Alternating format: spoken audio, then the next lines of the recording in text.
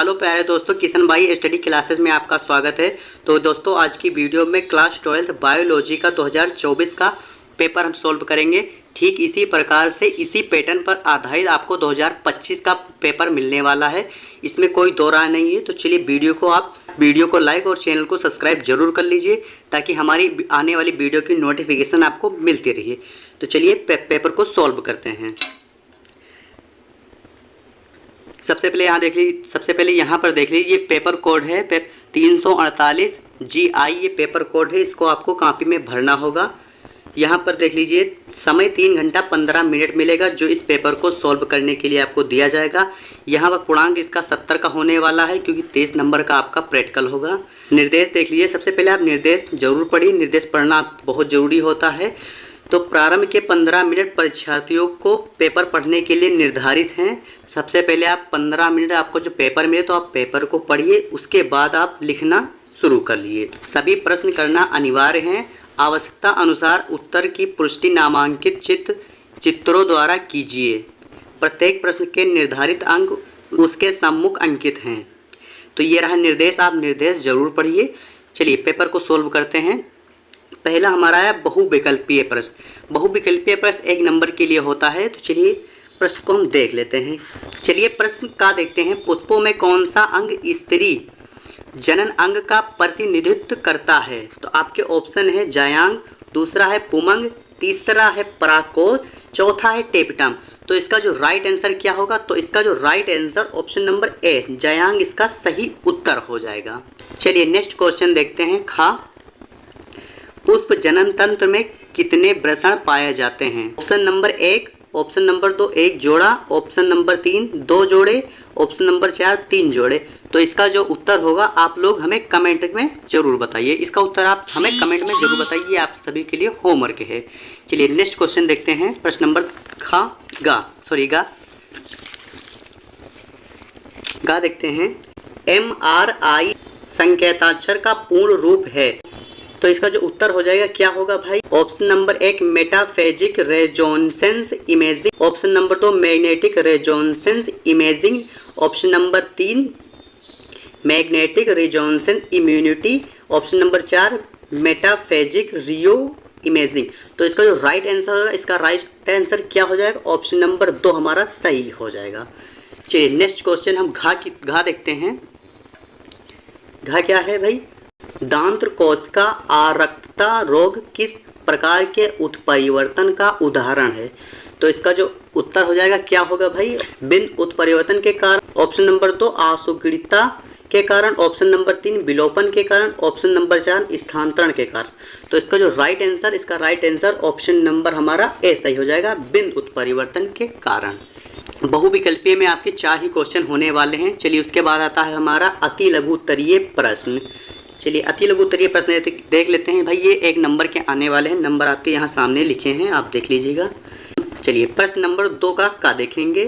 Down syndrome विकार गुणसूत्रों के किस जोड़े पर असामान्यता के कारण होता है? ये भाई सिंड्रोम से क्वेश्चन आ गया है। भाई सिंड्रोम पढ़ना आपके लिए बेहद ज़रूरी है। सिंड्रोम आपको 3 सिंड्रोम आपके लिए इम्पोर्टेंट है भाई। कौन कौन से?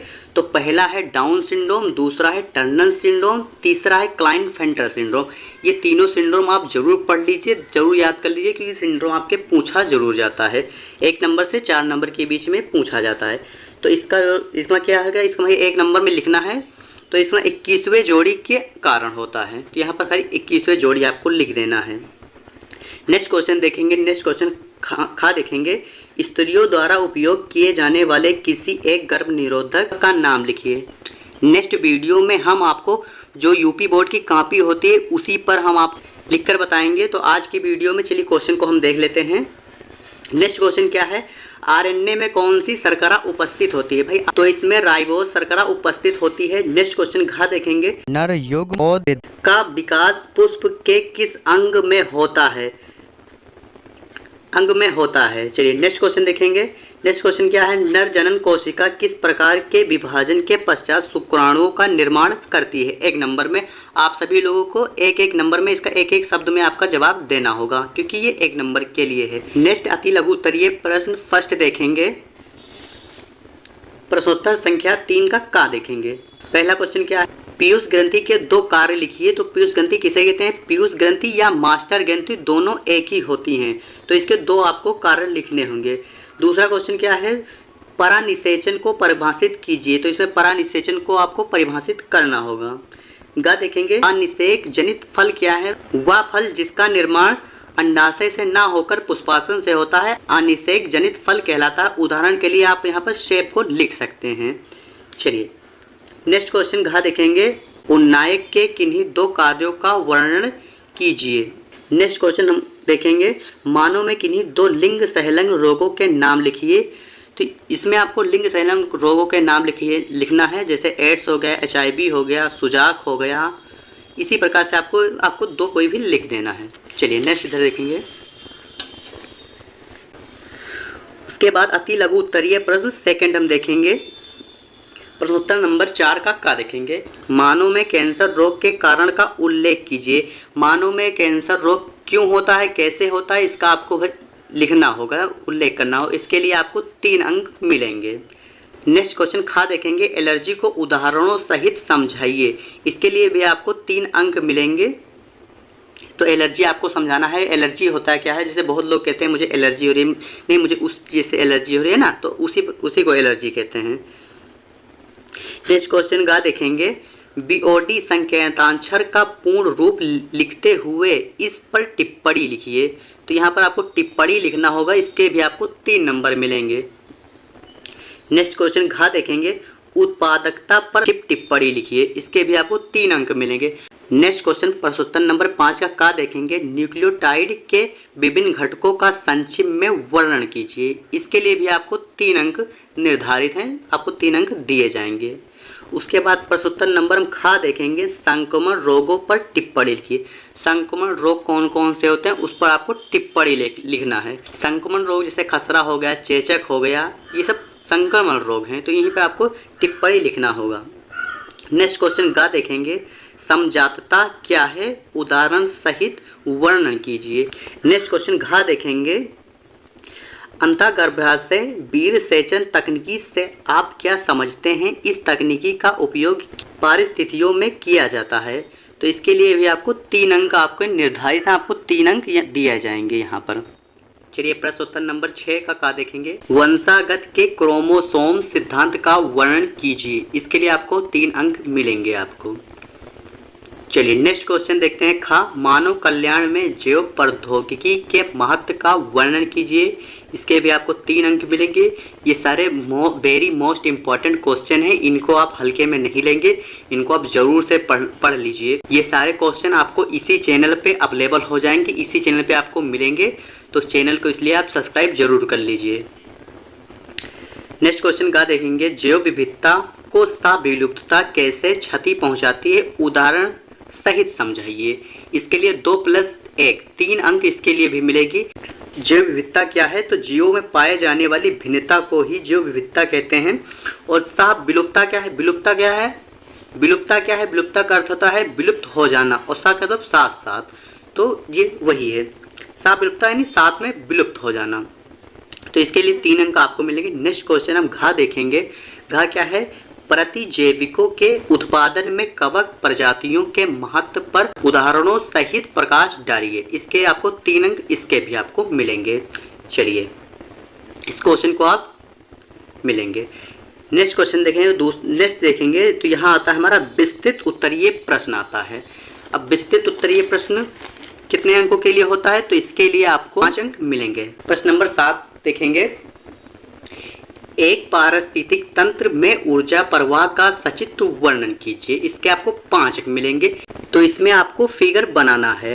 तो आप एक बात आप ध्यान दीजिए, जितने भी यहाँ पर आपको फिगर बनाने हैं परीक्षा के लिए इम्पोर्टेंट हैं, उन सारे फिगरों की वीडियो इसी चैनल पर अवेलेबल हो जाएगी। आपको कहीं और जाने की जरूरत नहीं है।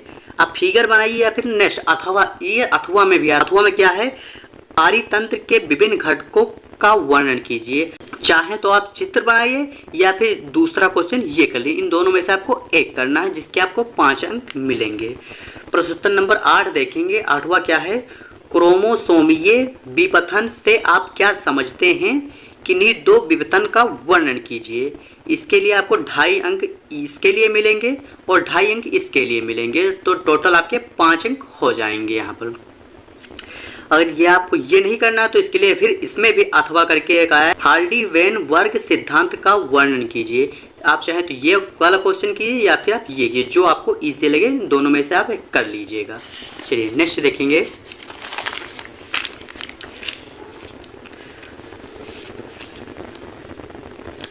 प्रश्न नंबर 9 देखेंगे। प्रश्न नंबर 9 ये 5 अंक के लिए है।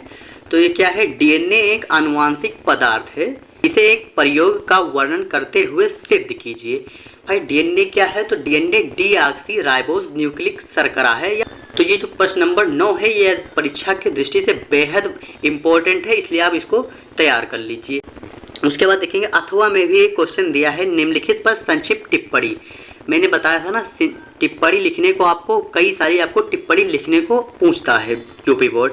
तो टिप्पणी यहाँ पर किस पे है, तो डीएनए बहुरूपता पर टिप्पणी लिखना है। दूसरा क्या है, जैव सूचना विज्ञान पर टिप्पणी लिखना है। तो जो टिप्पणी लिखना है, टिप्पणी आपको दोनों का लिखना, का और खा दोनों का आपको टिप्पणी लिखना है, तभी आपके 5 नंबर होंगे। यहाँ पर 2.5 और 2.5 यानी दोनों पर आपको टिप्पणी लिखना है। तो ये रहा 2024 का पेपर, और ठीक इसी प्रकार 2025 का मॉडल पेपर होने वाला है। और हाँ, एक ज़रूरी बात, आपको कॉपी किस प्रकार से लिखना है, तो कॉपी लिखने का जो फॉर्मेट है आपको हम स्टेप बाय स्टेप एक एक चीज़ बताएंगे। कहाँ आपको प्रश्नोत्तर संख्या डालनी है, कहाँ आपको प्रश्न लिखना है, सारा चीज़ हम आपके लिए एक वीडियो बनाएंगे, उसी में आपका सारे डाउट आपके कवर हो जाएंगे। तो इसलिए चैनल को आप ज़रूर सब्सक्राइब कर लेना। चलिए मिलते हैं आपको फिर किसी दूसरे वीडियो के साथ। Thank you for watching this video.